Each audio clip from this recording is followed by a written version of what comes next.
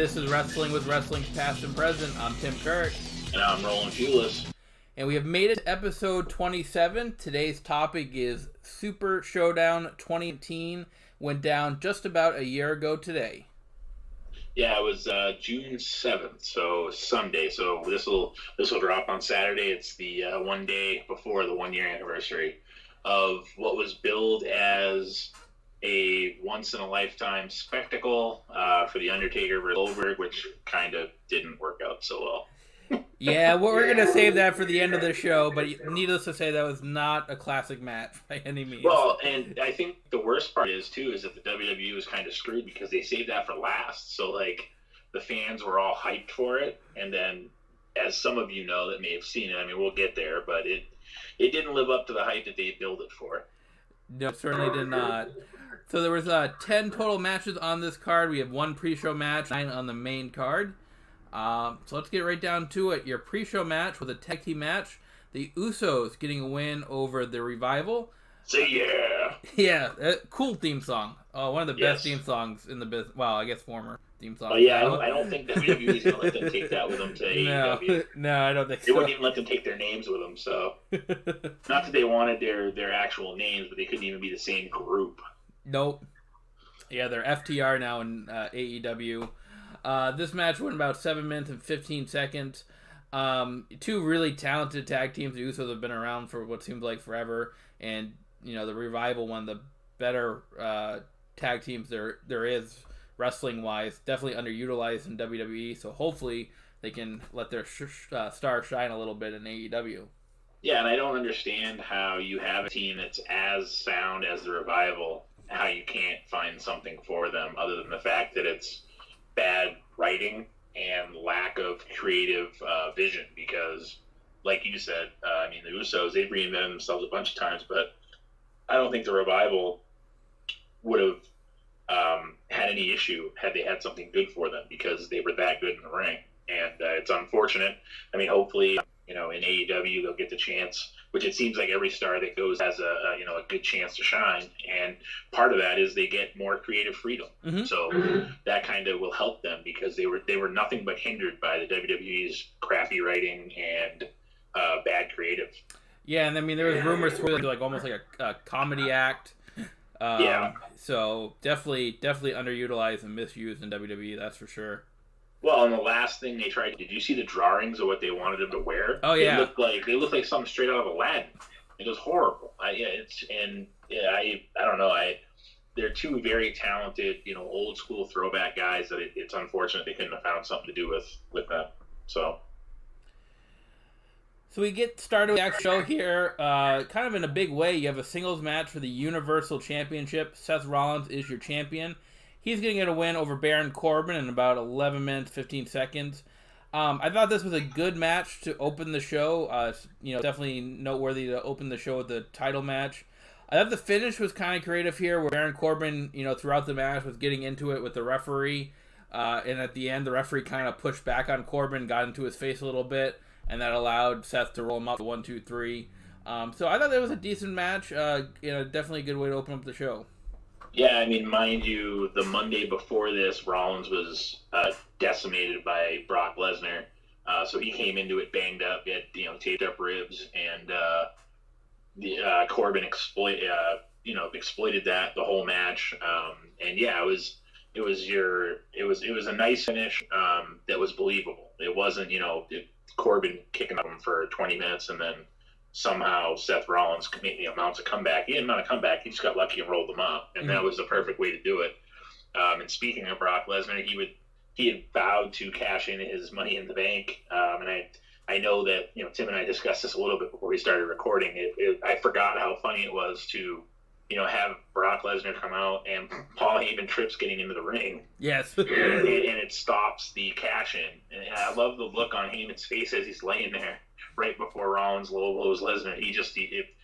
Heyman sold it so well, and I think my wife was watching it with me, and when I rewatched it, she said that was the worst fake fall I've ever seen, because you could tell he didn't actually trip. He had to make it look good, and it was a good way to keep the briefcase, the contract. I can't call it a briefcase, pal. You can keep the contract from being cashed in and still have Lesnar be on the show and not beat Seth Rollins yet. Yeah, I mean, Seth Rollins kind of just decimated Brock Lesnar with the steel chair and then a stomp on the briefcase afterwards. But yeah, no, the whole thing with Paul Heyman was definitely great. Yeah, no, like I said, I forgot what happened there, and it's how a year changes things. Seth Rollins is now the Monday Night Messiah. He has Rollins. He has Murphy and Austin Theory with him now, and he's a bad guy. Yeah. Ever since the Fiend, beat him, at Crown Jewel. So it's amazing to think of how far we've come in 1 year. But there's a lot of stuff that's changed in a year actually going on in this show, and I'm sure we'll get into that too. But it was definitely a good match to start the show.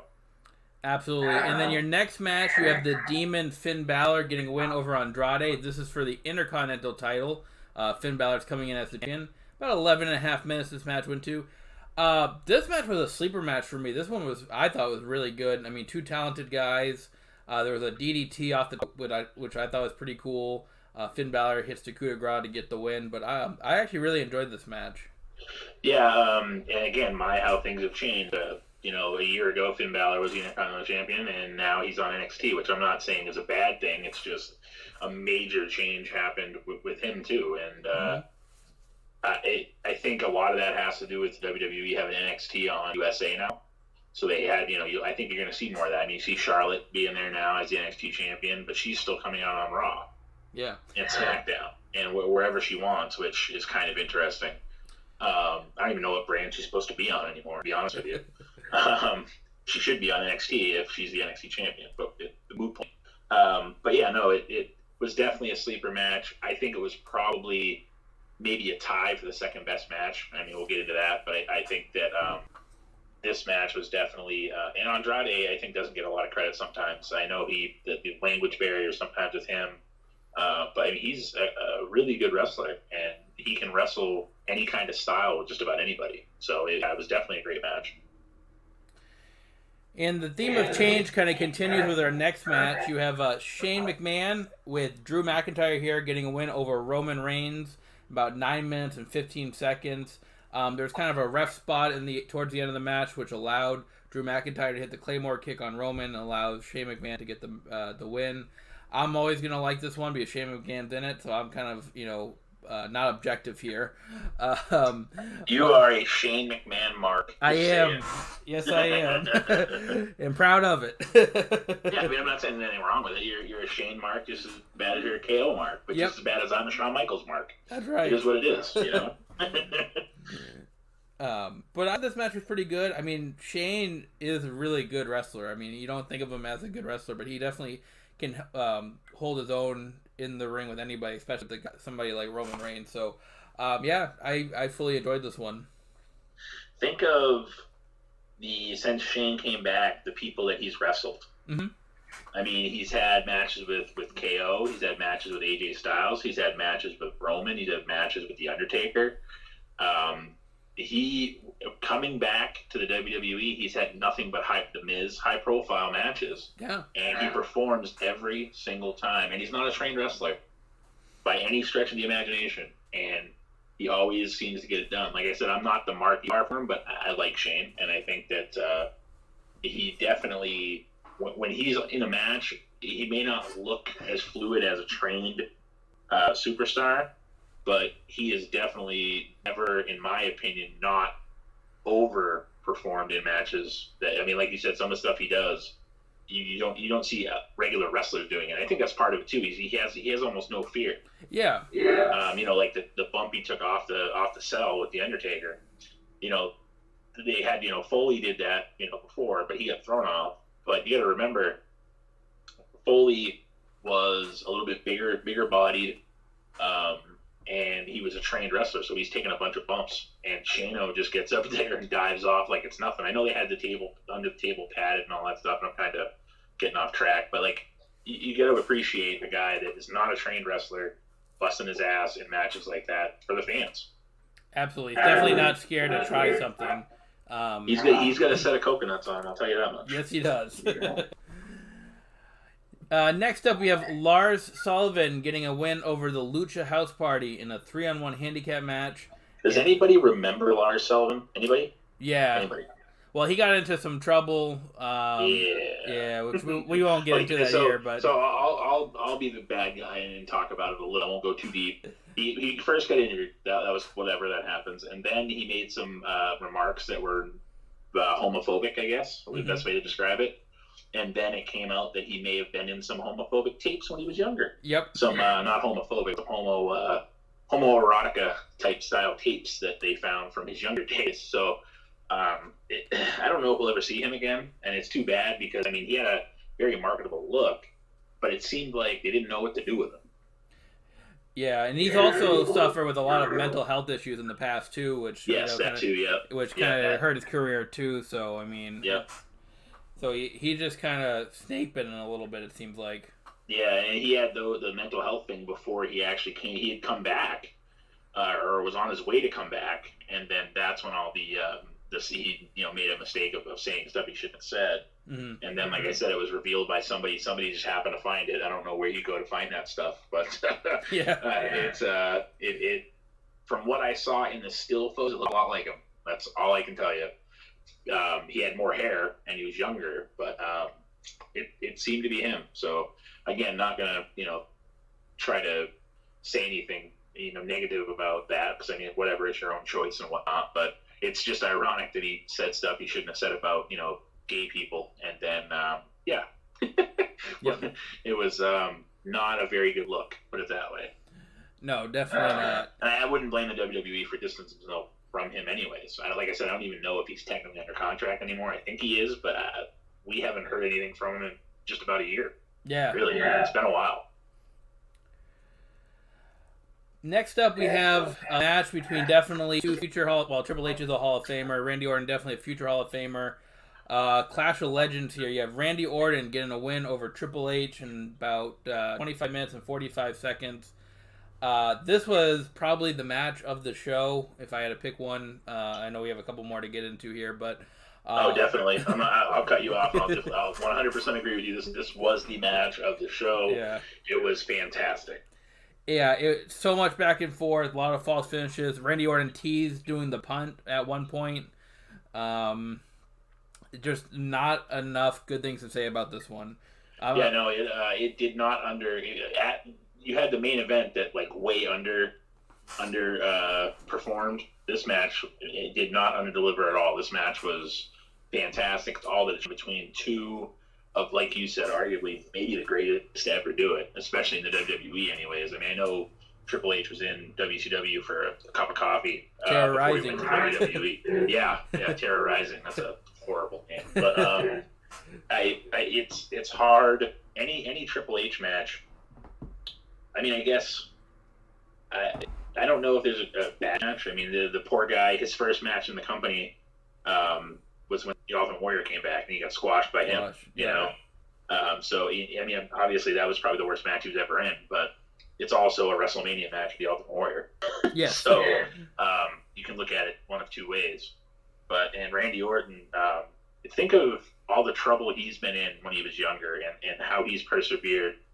He was a cocky son of a bitch and got himself into a lot of trouble when he was younger. And he straightened that out. He's decided, to mature with the business, and he has transcended the business like no one could in reinventing himself. Him and the Big Show might be the only two guys that have turned so much in their careers. Yeah. Big Show being more than him, but still, Orton is a very believable heel, and he's almost like a cool face, but still vindictive and stuff. So he can pull off anything. So this was one of the matches that I knew going into it I was going to watch the whole thing no matter what, and I'm glad that I did, because this match was awesome. Yeah, definitely go back and watch this match. Definitely two legends, showing you how to get it done in the ring. Definitely. Yeah, I don't. Like I said, I can't say enough good things, especially knowing, ironically, this is the last match Triple H has wrestled.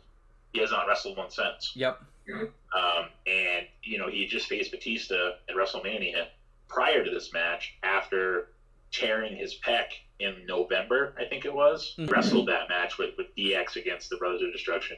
So he was on the shelf for 4 months, comes back, has a match against Batista at WrestleMania, and then a couple months later has a match with Orton in Saudi Arabia.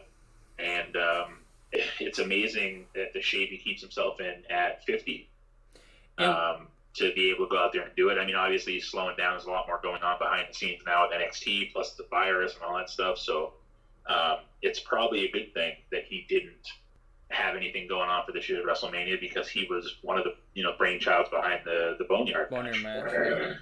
So like I said, I know it sounds I'm blowing smoke up Triple H's ass by praising him, because a lot of people think that besides the NXT thing that he's kind of a brown noser and he slept with the boss's daughter to get where he is. I think he'd still be in the company doing something right now, even if he wasn't married to Stephanie McMahon. So the guy, for lack of better terms, has brought Bruno back. He brought the Warrior back before he passed away tragically.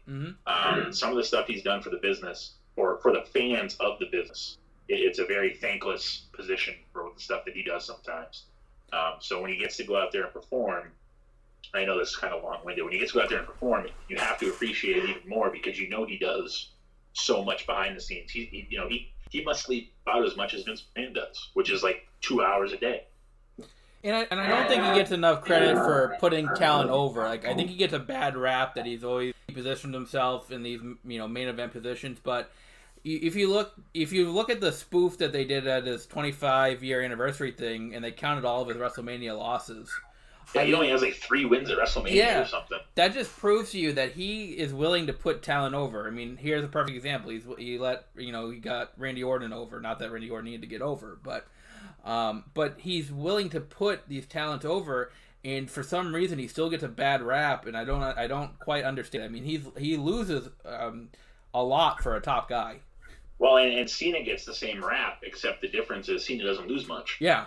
So, and not saying that Cena should or shouldn't. I know that's a different, discussion for another time. But yeah, those two guys, honestly, like you said, they get a bad rap. Triple H supposedly is the master manipulator behind the scenes and all this stuff, and that's why he gets to squash people. And he doesn't hold anybody down. I don't know. Back in the early 2000s, maybe he did. Mm-hmm. Maybe there were some times where he, might have done something to somebody, but lately you can't even remotely. If he wanted to, he'd win every match if he wanted to. Yeah, absolutely. But yeah, no, I totally agree. I think that he gets a bad rap for that, and I think part because he was in DX too, that he's one of my favorite wrestlers. I'm not trying to be biased to him, but he has that aura of being someone that holds people down, and I don't think CM Punk being the biggest example. I know we're off in the weeds a little bit, but Punk said that Triple H didn't like him for some reason. That's why he did all this stuff. And I like Punk too, so it's just it's nice to be able to appreciate what he can do in the ring. And like you said, he's not afraid to lose. It's got nothing to do with winning or losing at this point. It's about having a good match, telling a good story. Yep. And that's definitely what they did here with Randy Orton and Triple H. Moving along, we have Braun Strowman getting a win over Bobby Lashley, just over 8 minutes. To me, this match was just kind of there. I mean, it's hard to come off the fantastic match of the Orton Triple H match. So this one's probably a little bit underwhelming for me because of that. But yeah, not a whole lot there for me. Braun Strowman getting the win after a couple power slams. Bobby Lashley was pretty game in this match as well. But yeah, this one kind of fell flat for me. Yeah, I mean, for what it wasn't a terrible match by any means. But yeah, I mean, it just like you said, it was just there. I think that, if I were Bobby Lashley, I would be pissed at how they've treated me since I've come back to the company. Mm-hmm. He was a big name, free agent type signing they brought in. Former champion. I mean, he was the guy that got Trump to shave McMahon's head back in the day. Yep. So he was a former ECW champion when WWE had their WWECW brand. And I feel like they missed opportunities with Bobby since he's been back. The whole Lana thing, I'm not even going to get into that, but how I feel about that, and all of our listeners know it was garbage, and that's all I'm going to say about it, and whatever. But I feel like now, maybe he's going to get a little bit of a look as a main event guy. He can get anywhere. And rumor has it that one of the reasons why he came back is that he was promised a match with Brock Lesnar, which we still haven't seen. So I don't know if we will see it. I don't know, with the way the company is now, I don't think they're going to be reaching out to Lesnar to spend that kind of money right now. So it's interesting to see where it is and see what they squandered with Bobby Lashley, because he got a great look. And for what, he was a little rusty when he first came back. So he'd been doing MMA and stuff, but he's gotten nothing but better. I'm not saying he's Shawn Michaels in the ring, but he's got a good look. You can easily market him as a badass heel or even a good guy. Either way, he could have been one or the other, but strap a rocket to him and use him. I don't care if it's Intercontinental, U.S. title, Universal Championship. There's got to be something, kind of like the Revival. There's got to be something you can do with these guys. Yeah. And Braun Strowman, he is the right guy at the right place at the right time for the Roman Reigns fiasco at WrestleMania. Mm-hmm. So, that very well could have been Bobby Lashley if Bobby was a good guy. You don't know. But it was kind of just there, like you said. And it wasn't a terrible match, but it was just there. Next up, we have a singles match for the WWE Championship. Kofi Kingston entering as the champion. He's accompanied by his partner Xavier Woods, getting a win over Dolph Ziggler in just over 10 minutes. There's a spot here where Dolph Ziggler super kicks Xavier Woods, and then Xavier Woods gets his payback by kicking Ziggler, which allows Kofi to hit Trouble in Paradise for the 1-2-3. These are really talented wrestlers, but this match to me kind of, again, another underwhelming match. I think it could have been a lot better. Maybe even could have used a few more minutes. 10 minutes for a match with these, talented wrestlers, maybe not quite enough. So I was a little bit disappointed with this one, but I do admire the work of everybody involved in this match. Yeah, there's another guy. Ziggler, he falls into that same category as Cesaro, or, somebody that can go and is probably underappreciated. And you can put Dolph Ziggler, the same thing they said about Shawn Michaels, having a match with a ladder. You could put Dolph Ziggler in any match with anything, and he can have a match with a broom if he had to, and it would be good. Ziggler's that. Mm-hmm. And Kofi finally got his chance after, WrestleMania being the champion, after being there almost as long as Ziggler. And, it definitely, you see the names, like, oh, this should be a good wrestling match. And it was just okay. It wasn't, there was nothing special about it. I don't like the whole Xavier Woods, being out there and having that storyline. You couldn't just let them have a damn wrestling match, but it is what it is. And that's all you can say. It obviously creative didn't have a good way to finish the match clean, so they had to have Woods involved. Oh, absolutely. Next up, we have the largest battle royal in WWE history. It's a 51-man battle royal, and it is won by somebody named Mansoor, who last eliminated Elias. This match went in about 18 minutes, which is a very long time for a battle royal. This was the definition of a cluster F, and yes. I'm sure our listeners know what that's short for. Yep. This match was hideous. How do you fit 50 people in a 20 by 20 and actually make it believable? You go to rear back and punch somebody, you elbow somebody next to you. Just too many people in the ring. The last six, it could have been. It gets down to Ricochet, Ali, Mansoor, Elias, Samoa Joe, Cesaro, and Samoa Joe, I believe. Yeah, thank you, Samoa Joe. And at that point, you're going, okay, this Mansoor guy's not going to win this damn thing, is he? But I will say that every show they've had in Saudi Arabia, he's undefeated. Yep. Mansoor doesn't lose, and he actually beat Cesaro in a match. Wasn't that one of the matches he won? I want to say it was Ziggler. Oh yeah, well either same guy. Yeah. In my opinion, same type of underappreciated jobber, essentially, for a guy that is not. No offense to Mansoor. Who the hell is Mansoor? And I know they're in Saudi, so they want to pander to the fans and everything, but. To quote, South Park. Come on. It was horrible. Why waste the time to?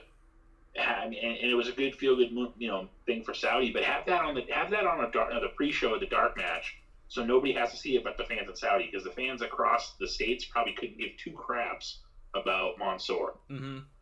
And again, I'm not saying he's not a good wrestler. We haven't seen enough of him, but still, you You can't have this guy come in and just beat everybody. He's nobody. Yeah. To the U.S. fans. So, like I said, good moment for the Saudi fans, and for the rest of us, we just had to live with it. Yeah, I got nothing more to add to that. That's my thoughts exactly. All right, Roland, it's time. Oh, boy. We have to talk about it. I watched this. So there was 2 matches I watched in its entirety. The Triple H match and this, for lack of better terms, train wreck. Yeah. It's our, if you can call it a main event, it's our main event of the show. Undertaker and Goldberg. The Undertaker's going to get a win in about 8.5 minutes. Ugh. I mean, to quote good old JR, it was bowling shoe ugly. Yeah, I mean, there was so many. It started off okay with 2 spears, and that was pretty much the end of the match. For it being good, because there were so many botches. I mean, there was the botches started after Goldberg clocked himself on the ring post. Yes. I mean, he was concussed. That match should have ended, but the WWE was in a tough spot. That was their main event. The Saudis paid a boatload of money for these guys to be here, and the WWE screwed up. They shouldn't have had that match go on last. That match should have been 3rd or 4th from the end, so that way if this happened, you got 2 50-plus-year-olds going there. What happens if one of them falls out of the ring and blows a hip or something? Anything can happen at that age. Anything can happen to non-older performers. How do you not have a safety valve of, like, if this happens, this is where we're going? Yeah. And that was the biggest problem, is they booked this as, the kind of like how they're booking the Randy Orton Edge, the greatest wrestling match ever. They booked this to be the once-in-a-lifetime spectacle, and it grossly underdelivered. Yeah, I mean, you mentioned their age. We should also mention it's 100 degrees. They're outside, so that contributes probably to it too. But I mean, there was botch after botch. There was an awkward-looking knee submission. Goldberg goes to do a tombstone on the Undertaker. Both men fall down. Goldberg goes for a jackhammer, basically almost drops Undertaker dead on his head. There was an awkward moment where the Undertaker goes for a chokeslam, and Goldberg takes like 10 minutes to turn around.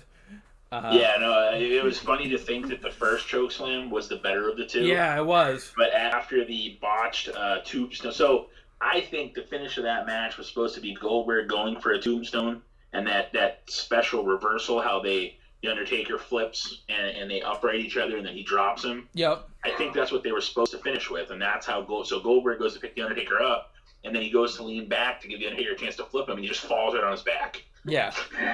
and I think the Undertaker literally at that point said, okay, screw this, I'm just going to choke slam you and it's going to be over. And I don't know if you noticed, I had to rewind it. When, after that choke slam and the 1, 2, 3, Goldberg, go back and watch it, people, you, Tim, anybody.